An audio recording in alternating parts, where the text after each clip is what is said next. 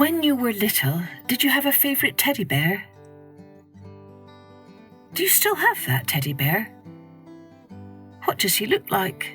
Would you say he was rather slim and slender, or is he more plump and portly? Hello everyone, I'm Kathleen Pelly. Welcome to Journey with Story. I'm guessing that some of you do still have a teddy bear from when you were younger. And I bet that most of you still care quite a bit about your teddy bear.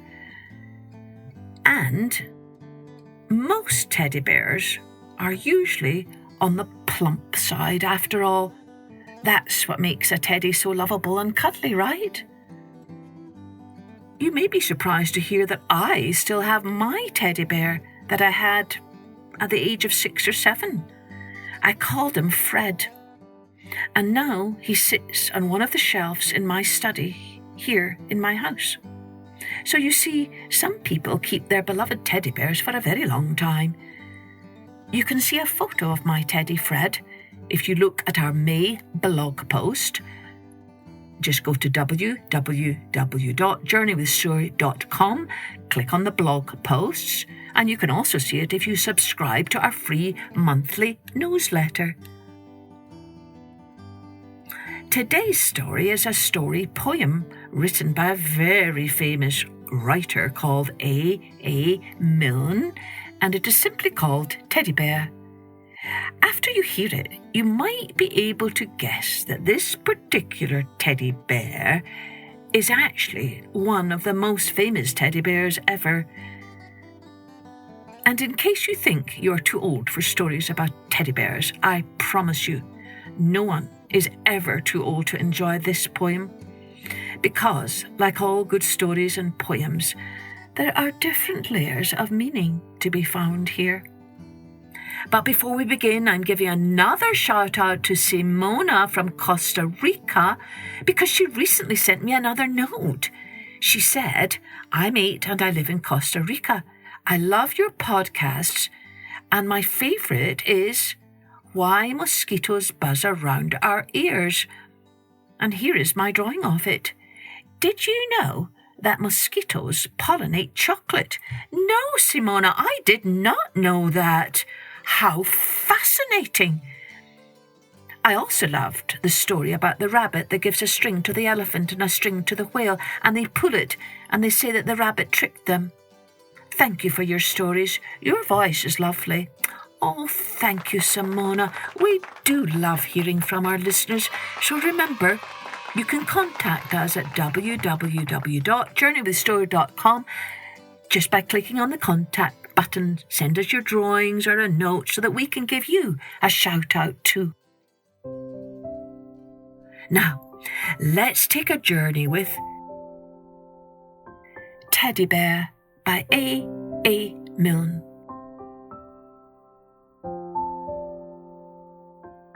A bear, however hard he tries, grows tubby without exercise. Our teddy bear is short and fat, which is not to be wondered at. He gets what exercise he can by falling off the ottoman, but generally seems to lack the energy to clamber back. Now, tubbiness is just the thing which gets a fellow wondering. And Teddy worried lots about the fact that he was rather stout. He thought, "If only I were thin, but how does anyone begin?" He thought, "It really isn't fair to grudge one exercise and air." For many weeks he pressed in vain his nose against the window pane, and envied those who walked about, reducing their unwanted stout. None of the people he could see is quite, he said, as fat as me. Then, with a still more moving sigh, I mean, he said, as fat as I. One night it happened that he took a peep at an old picture book, wherein he came across by chance the picture of a king of France, a stoutish man, and down below these words: King Louis so-and-so, nicknamed the Handsome. There he sat, and think of it, the man was fat. Our bear rejoiced like anything to read about this famous king, nicknamed the Handsome. There he sat, and certainly the man was fat. Nicknamed the Handsome, not a doubt. The man was definitely stout. Why then a bear, for all his tub, might yet be named the Handsome Cub. Might yet be named. Or did he mean that years ago he might have been? For now he felt a slight misgiving. Is Louis so-and-so still living? Fashions in beauty have a way of altering from day to day. Is handsome Louis with us yet? Unfortunately, I forget. Next morning, nose to window pane, the doubt occurred to him again. One question hammered in his head: is he alive or is he dead? Thus, nose to pane, he pondered. But the lattice window, loosely shut, swung open with one startled "Oh!" Our teddy disappeared below.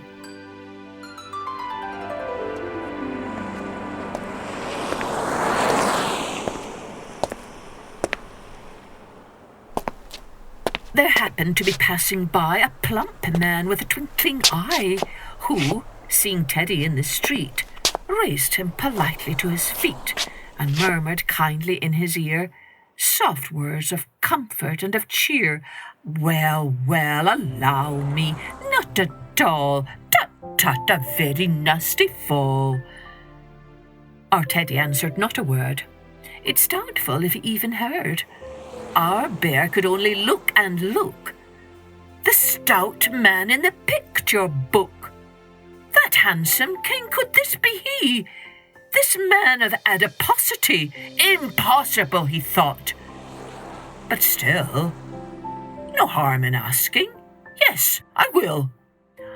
Are you, he said, by any chance, His Majesty the King of France? The other answered, I am that, bowed stiffly and removed his hat, then said, Excuse me, with an air, but is it Mr. Edward Bear? And Teddy, bending very low, replied politely, Even so.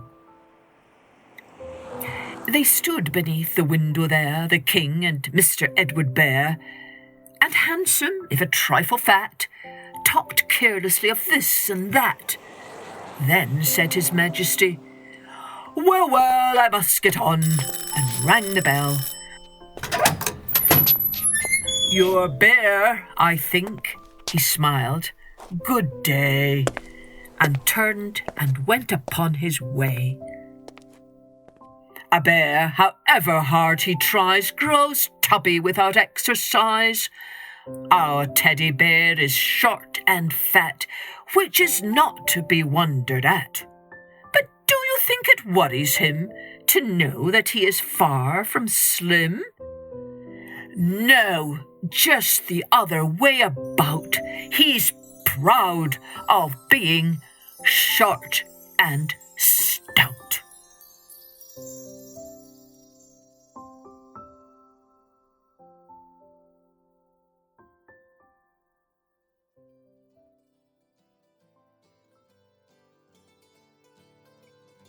Did you guess who this bear really is? Yes, of course, it's none other than Winnie the Pooh.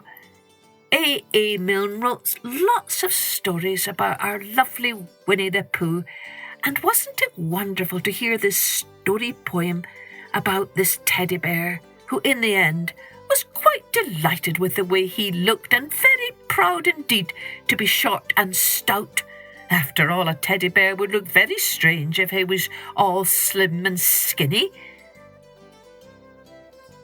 Don't forget, if you haven't already done so, take a moment to rate, review, and share our podcast with others. Cheerio then. Join me next time for Journey with Story.